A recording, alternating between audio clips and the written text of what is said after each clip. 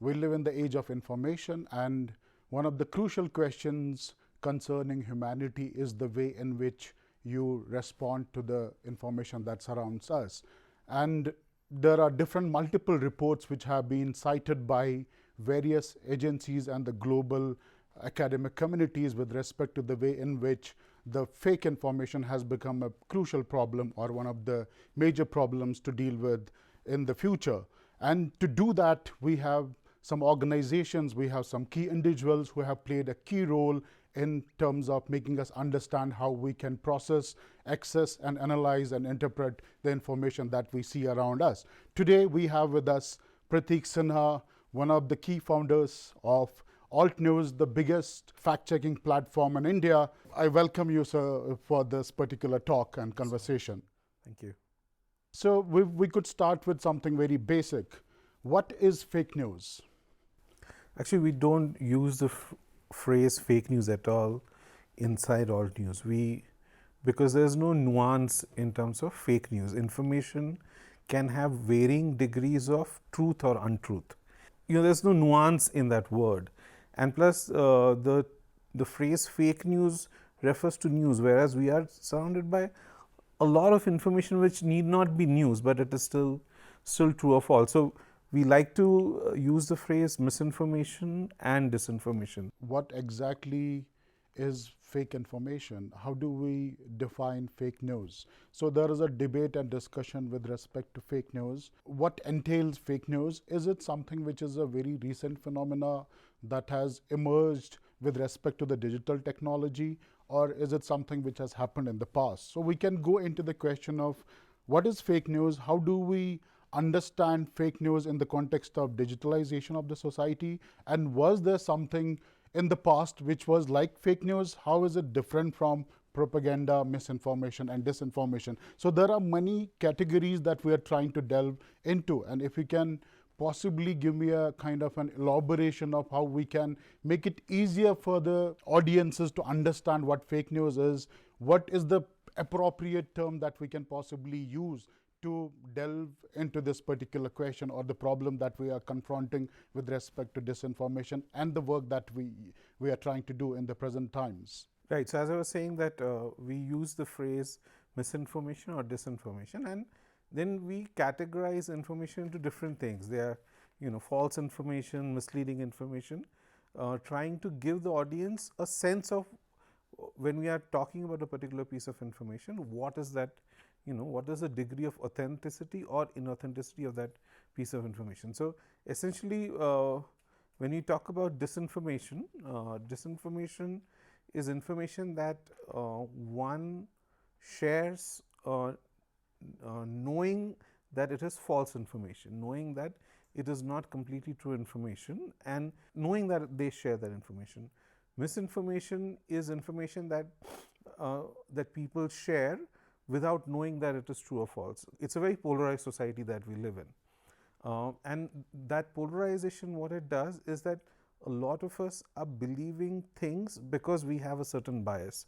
So most of us are not even bothering to check a piece of information. If it adheres to our bias, then we end up sharing it. If not sharing it, we at least end up internalizing it. So I would say a majority of the case is a case of misinformation. That is, people are consuming, internalizing, and distributing something that they don't know whether it is true or false.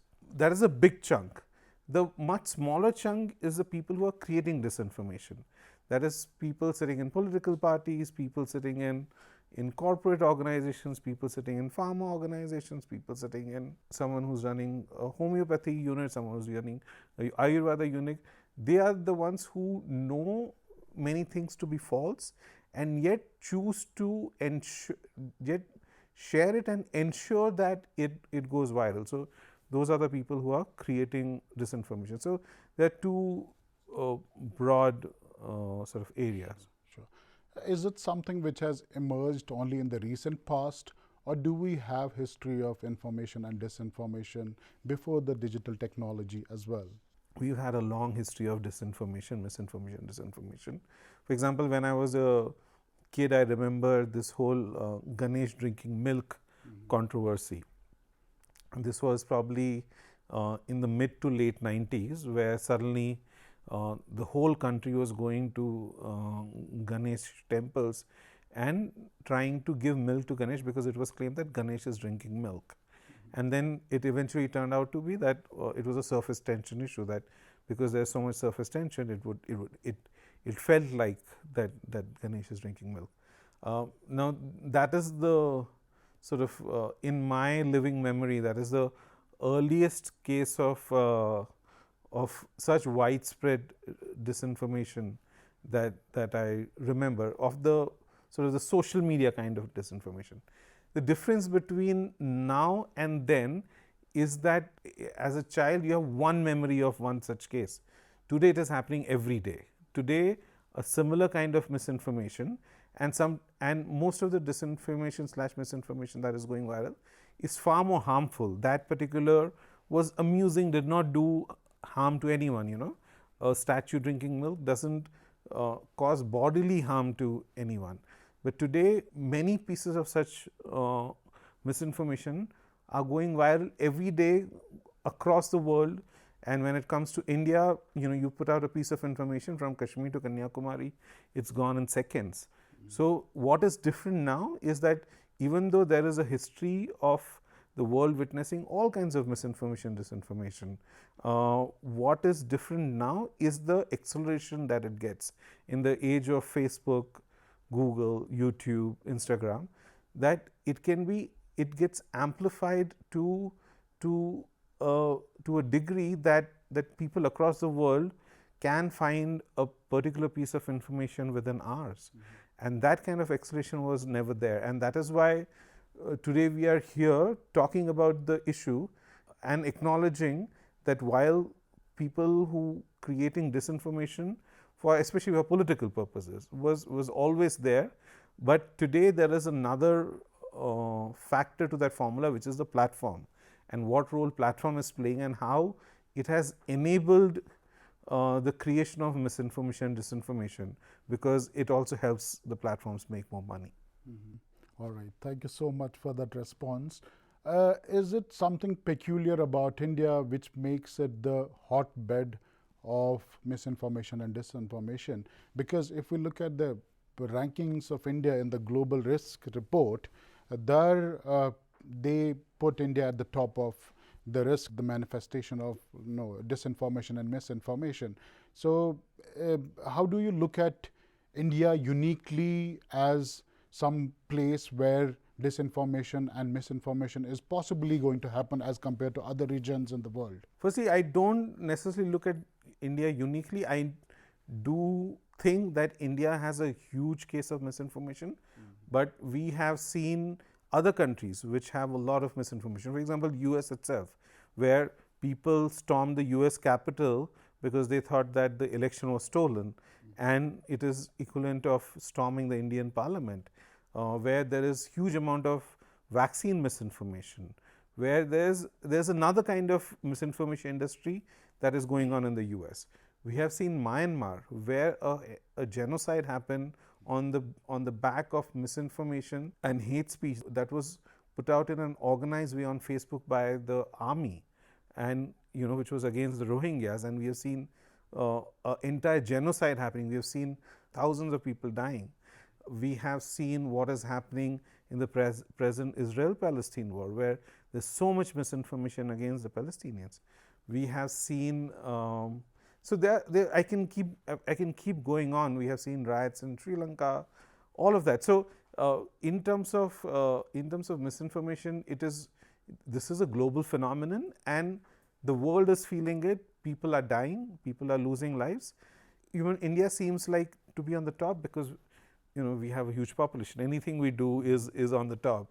So even in terms of misinformation, in terms of weaponizing of our information ecosystem, knowing that we have a certain history, for example, the history of India-Pakistan, which translates into a Hindu-Muslim issue, and which is why we have a lot of misinformation which has Hindu-Muslim lines because of our history of India-Pakistan.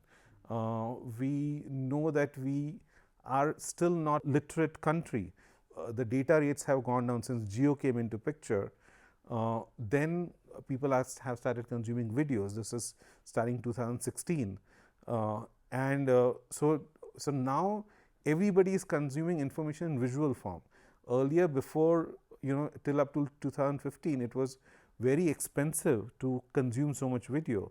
Now you can consume a lot of video, and misinformation can be put out much more easily through video. So a large part of India is consuming information through video, but cannot do a Google search.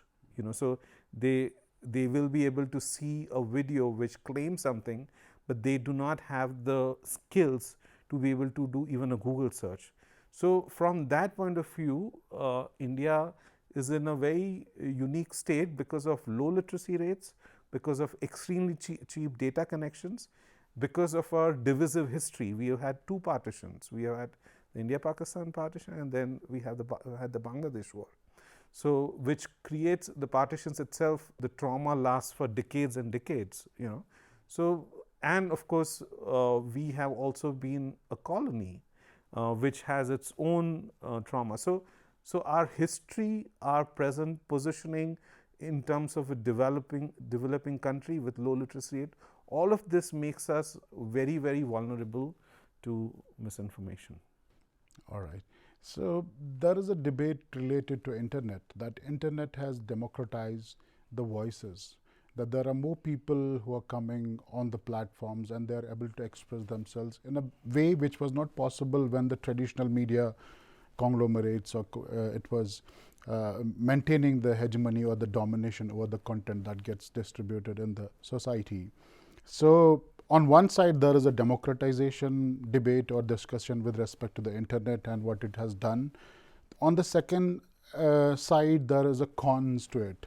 There are people who are putting the opinions on the social media platforms without there being a kind of a regulatory mechanism. So on one side, there is a freedom of expression, which is culminating in the form of people putting something venomous on the social media, and that gives them the kind of the channel or a kind of a platform to express their opinions. But on the other side, it is becoming something volatile and dangerous for the society. So how do you reconcile the both? On one side, the democratization process of the internet, allowing Dalits, allowing socio-economic marginalized classes to express their opinions. On the other side, you have this vitriolic online hatred going on with respect to the social media.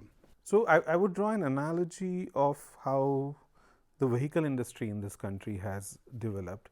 There was a time when only rich people could have vehicles. Very few had cars. Even to have a two-wheeler was a luxury. Today, so many people have cars, so many people have two-wheelers. Now, the usage of vehicles has increased. Do we see a scenario where people are randomly crashing into each other, dying every single day everywhere? We don't see that. There is some amount of control, even though this city, Bangalore itself, has seen the craziest explosion of traffic, but you don't see people dying every second. And the reason for that is because the vehicular traffic grew while there was already a framework in which it was supposed to operate. You're supposed to stop at red lights, you're supposed to slow down your vehicle when you see a yellow, and you're supposed to go when it is green. When the yellow is blinking, which means that you can look carefully all sides, but the signal is not on. So when there's a footpath, you allow, that means that the people who are crossing, who are walking, have the first right. So the vehicular traffic grew in a certain framework, and that framework existed before the explosion of vehicular traffic happened. So then we did not enter a world of chaos. But however, in this particular case, while it is absolutely true that internet has helped democratize voices, social media has helped democratize voices. Let's start with blogging, for example.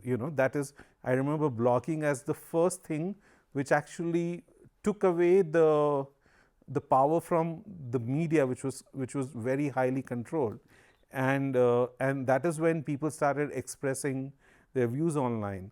I still remember NDTV suing a blogger because they had said something about the NDTV coverage. So that is where challenge to mainstream media was first launched, and it increased as the growth of social media increased. But all of this happened in a space where we don't know how to deal with it. We don't know what to do when an accident happens. We don't know what to do when 10 cars pile up. We don't know how to prevent, once a 10-car pileup has happened in one place, we don't know how to prevent it the next time. We don't know how to create flyovers. We have no clue how to deal with the increasing traffic on social media. And that is where the problem is, that it is a space which is very tricky. While we want the freedom of speech, but at the same point of time, there are people who are abusing freedom of speech, who are putting venom and hate into the society. So then different people, when two vehicles collide, the government gets nothing out of it. It is not advantage for the government. But when information industry becomes vitriolic, many governments are actually getting advantage from the information disorder. They have no reason to stop it. So that is the problem, that while vehicular traffic becoming bad in a city is bad for governance, that people will say, oh, there are so many accidents in the city, but information disorder going bad is actually good for the government. It helps the government. So they have no incentive to control this issue, and that is at the core of the problem. And of course, the platforms itself, which is the equivalent of that, is not there in the traffic analogy, but we have this other variable, platforms, which are these billion-dollar companies who can earn money only if more and more people watch content on the platforms, and that can happen only if they somehow weaponize your emotions, because core we are emotional beings. It is that which keeps us glued to our screens. That is, there's a constant emotional trigger that we get when we are on screens. When it comes to the consumption of news in India by the audiences, I think that most of the people prefer going to the social media platforms directly as opposed to going to the particular website on a news page or something like that. So how do you look at the role of social media platforms, or the intermediaries that we call them, in terms of spreading disinformation or misinformation in India particularly? You addressed that question in your previous response as well, but then particularly with respect to Facebook, how does it function? What is the mechanism through which it operate the disinformation and misinformation on social media? So I would like to sort of make a small correction to what you're saying. It is not that we choose to consume information from social media and we avoid news websites. No. Every platform has a policy that you should not exit the platform. That is, you should not click on a link and go out of the platform. So, and this policy, over the years, they realized that if they rank news articles higher, then you're going from Facebook to a news website. You're exiting the platform. Yes. So at some point, the platforms made a policy change that they'll de-rank anything that is a link. When we are talking to a class full of students, everybody has seen information only on social media through reels, etc. Is because, for example, Instagram doesn't even let you put a link. The only link you can put in Instagram is in your bio, and you cannot put any other link. So it is by design that the platforms have ensured that you do not see news websites. It is not our choice. They have made a choice for us, that they have downranked all the links. They have upranked all the videos and photos and what is native. So then if you start watching a reel, then you're only on the platform. If you're watching a reel on YouTube, then for next few hours, you're scrolling, you're not going out of the platform. So the whole design is to ensure that you don't exit the platform, and that is why we have stopped consuming news. Because over years they have trapped us in these platforms, and now there will be a time soon when young people don't even know what is the concept of consuming news, because it doesn't come on their timelines. They are hooked to the social media platforms, and these platforms are ensuring that you don't see the news. Okay. So, what is the role of the social media in terms of making something viral in the political public sphere in India? Can we elaborate a little bit on that? So, how, for example, is Facebook different from Twitter as opposed to Instagram? Since you said that we cannot click a link on Instagram and go to some other website, but with respect to Facebook, it is also true, is it? No, in Facebook you can click a link on and go outside, but if you see your feed, you will hardly see any clickable links. The only clickable links would be the sponsored advertisements. What you will see is content which is native to the platform, that is images, text and videos. That is what you will see. You will hardly see a news link on your feed. Let's say if you count 100 posts, go and count how many links do you count in those 100 posts, and it'll be evident that all these platforms like Facebook have downranked links. All right. So we will go to the work that you do. That is the core question now, which is about alt news. We'll get into the nomenclature first. So, what does it signify, alt news? And yeah, what do you do as a part of the organization that you have started in 2017? So alt is obviously for alternative.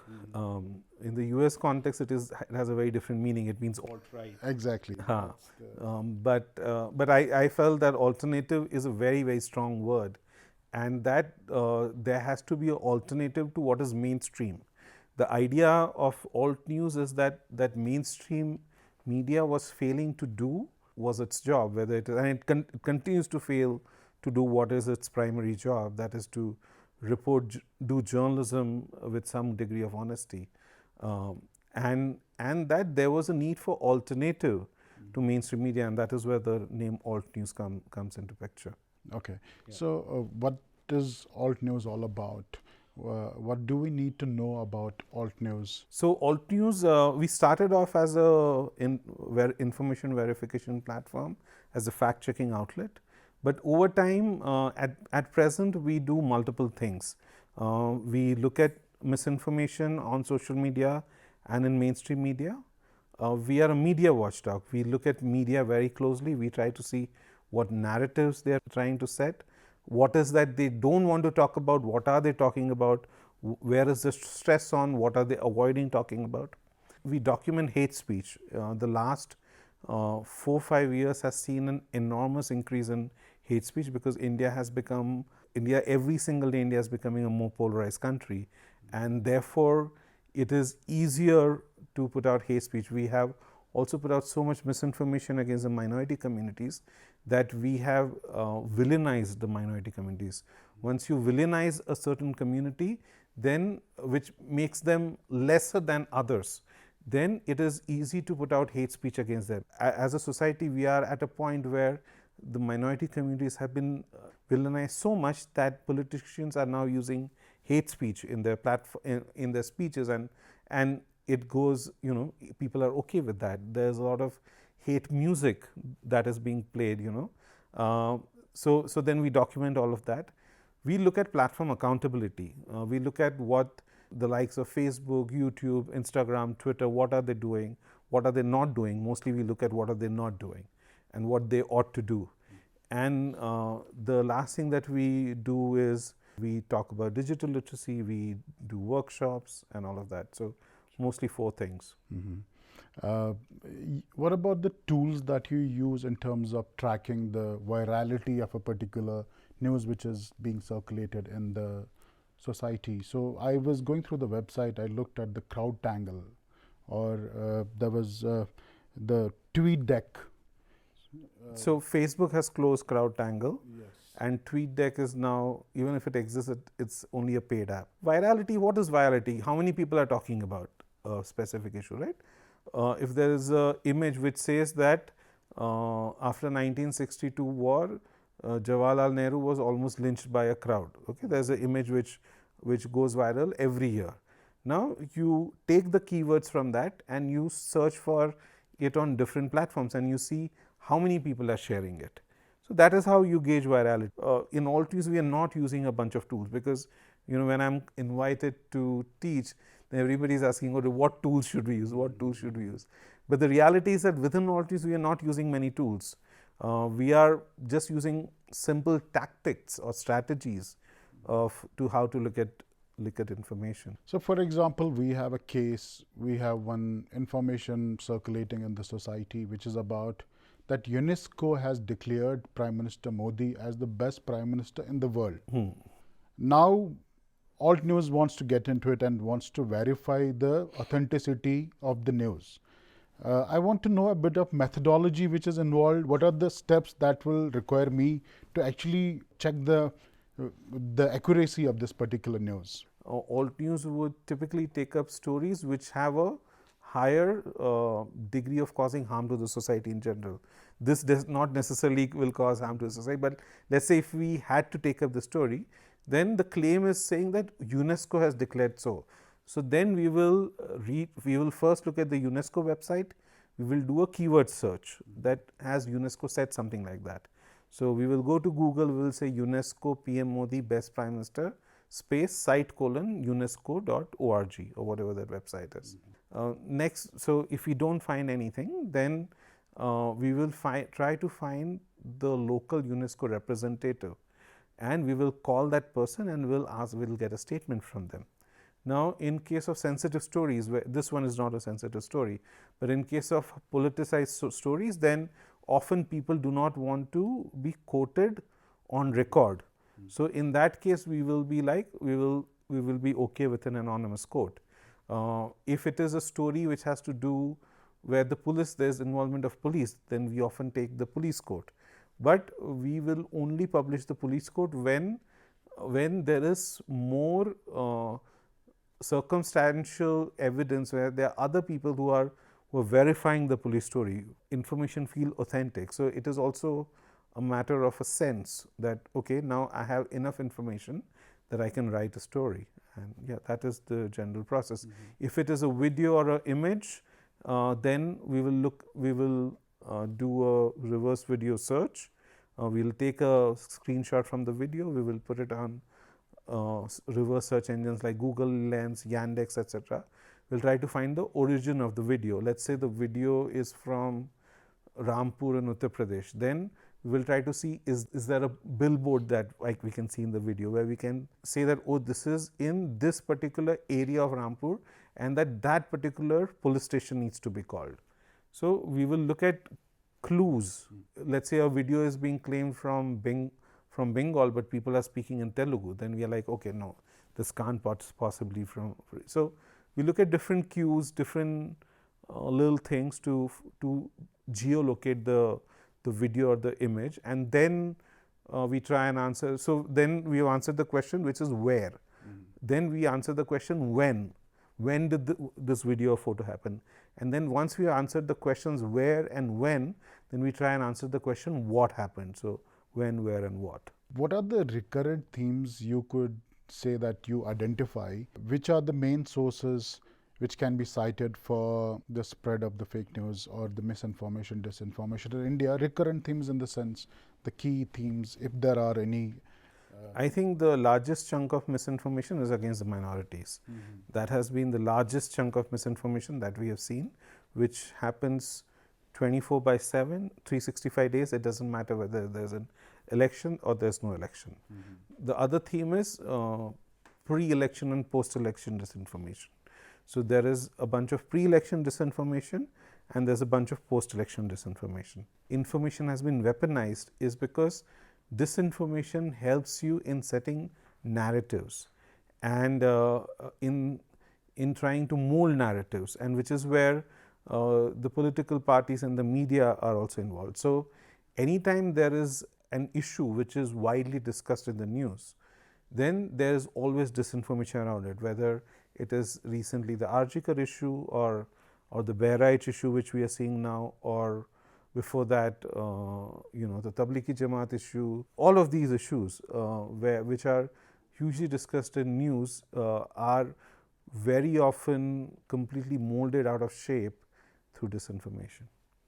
All right. So what do you think is the impact of fact-checking on the spread of misinformation in the society? Do you think that the impact is significant and this is where you want to be, or is it something just the beginning that you have imagined? What I can say is that when we started off in 2017, people did not doubt the information they were seeing at all. I feel that there is a significant chunk of the population who knows that false information is prevalent, and that there are instances where they will doubt the piece of information. So in terms of recognition that misinformation, see, misinformation is a societal issue. We are dealing with the societal issue, we are dealing with the platform issue, we are dealing with a cultural issue, we are dealing with many things. So first, we have to acknowledge that the issue exists, and at least people at large, directly or indirectly, are acknowledging the issue. Even in villages, people now know that information can be manipulated. This was not the case even 4 or 5 years ago, where people did not know that information could be manipulated to this extent. So I think when it comes to the impact of, I wouldn't say just alt news, but fact checking, but there are many organizations which are fact checking, and first impact is that there is a general acknowledgement that there is an issue. In terms of beyond this, I don't think journalism is the only solution.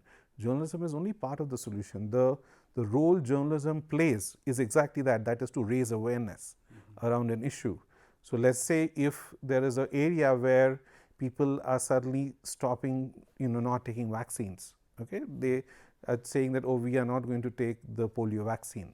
So then journalism's role is to inform people that people are not taking polio vaccines, and this may be the reason. But then eventually the administration has to come into picture, do an awareness campaign, and it is only then that the vaccination rates will increase. It will not increase just by journalism. So there has to be an awareness component that has to be associated with it, and that is what is almost missing, largely missing in this country. Or where I see myself, or where I see the organization, is in both these spaces, that is doing journalism to raise awareness about the issue, and then focusing on creating curriculums, creating educational content which can be taught in different classrooms in this country, so that we can address the awareness aspect.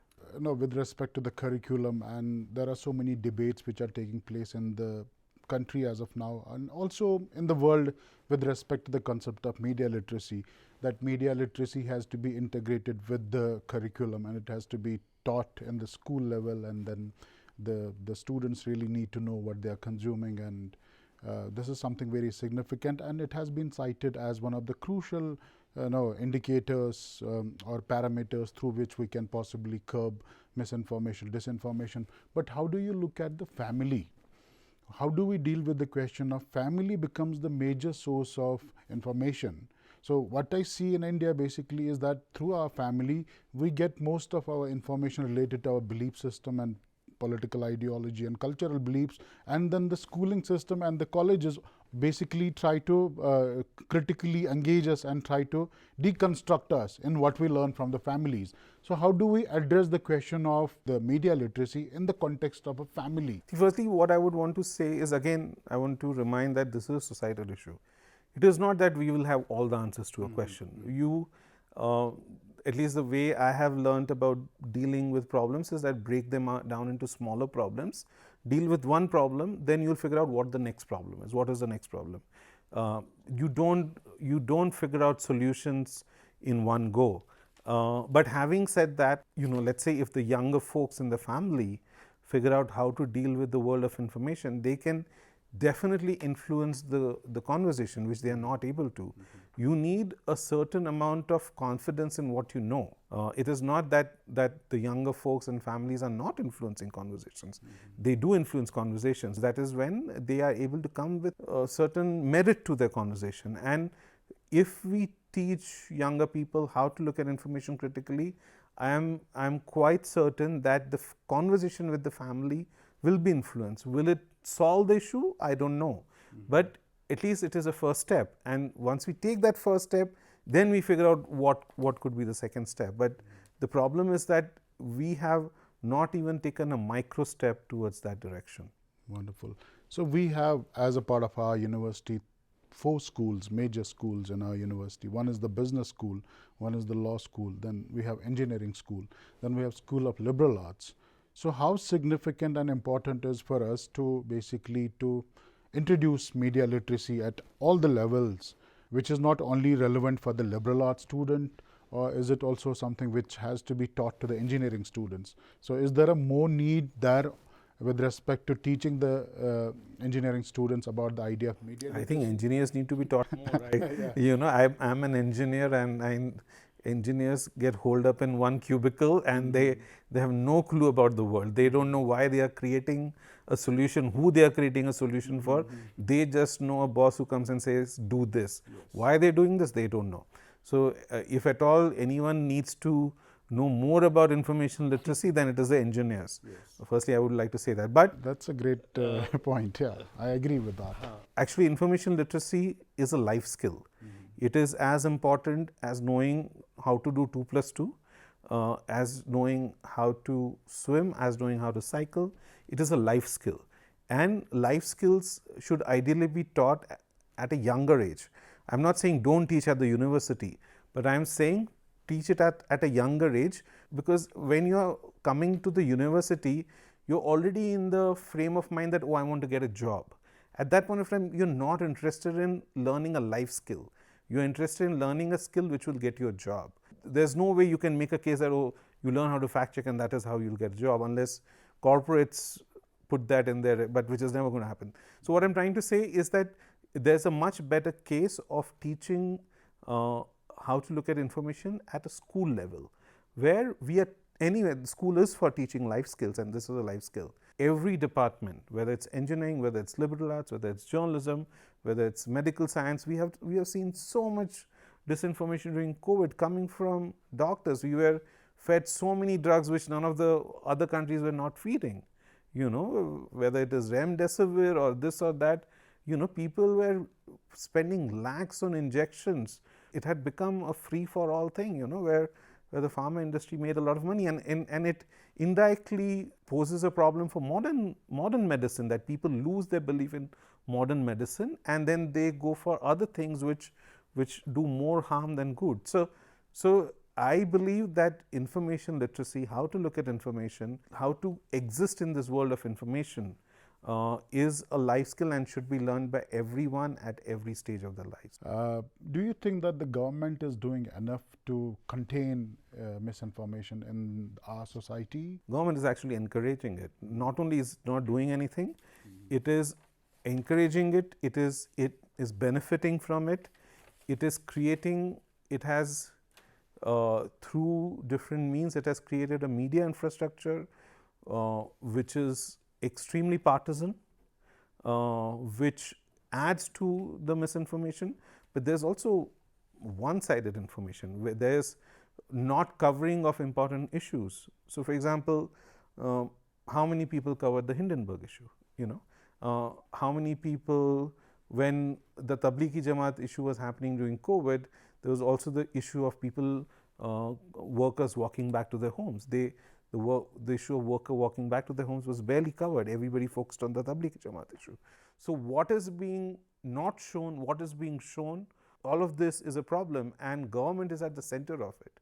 Government is the one which is deciding who gets the advertisement, who doesn't get the advertisements. Government is the one who is making calls and asking big corporates to not advertise a particular media house or stop advertising in a particular media house. So the information ecosystem that we live in is hugely a doing of our government. What are the challenges of a fact checker? I mean, you on daily basis identify one particular information which is circulating in the society. You look at the credibility of the information, but then does this simple work, which involves just checking facts, put you in some kind of trouble, or what are the problems that you face as a fact checker? So the challenges are multifold. One is how to run an organization. You know, this is we run completely on donations. So which means that we can only have a small team. We don't take any advertisements. We don't take any corporate money. We only take donations from individuals. So finances is the first part. The second part is that we are always looking at the dark side of the world. We're always looking at, we are documenting hate speech, we are looking at misinformation. Misinformation very often comprises of violence, violent videos, violent imagery. So we are very often looking at that kind of imagery. The other thing is that governments are not very happy when you tell them that, when someone tells that they are lying, and so then the governments come after you. The governments do cases against you, and then you have to spend lots and lots of legal expense. You have to be constantly scared. You have to be constantly worried, constantly on the guard as to what you're saying, where you're saying. So there are many challenges. All right. So, as AI is intersecting with different aspects of our social, cultural, political reality, it's also like integrating with journalism and information. And we talk about the deep fakes in the present times. What do you see the future of fake news after 5 years? I see that what AI will do firstly is that it will further make us informationally illiterate. So, for example, now when someone does a Google search, there was a time 3 years ago when if you do a Google search, you will have to open a link and look inside. Now Google will summarize it, give you a 2-line summary outside. Google Gemini will give you a summary. You look at the summary, you will not even go inside the website, and then you will create a worldview based on a summary, not on a news article, but on a summary of a news article. AI is being used for making us into a population who will further recede into not knowing how to deal with information, and that is very dangerous. All right. And do you have any suggestions for journalism department or the media studies department in terms of dealing with the question of fake news or misinformation, disinformation? So, how do we engage our students on the question of disinformation? I feel that all of us should come together and create a curriculum firstly, that is engaging. In all the teaching opportunities I've had, I feel that the students are quite interested. If it is presented in the right way, they are ready to engage with it. And what we have to do is put together our heads and create a kick-ass curriculum. That is what we need to do. Do we have any examples of that kind of curriculum which has been created as of now, or it's the work in progress? It is all work in progress. Work in progress. Okay, great. Thank you so much for being here. It was pleasure having you here, and great conversation.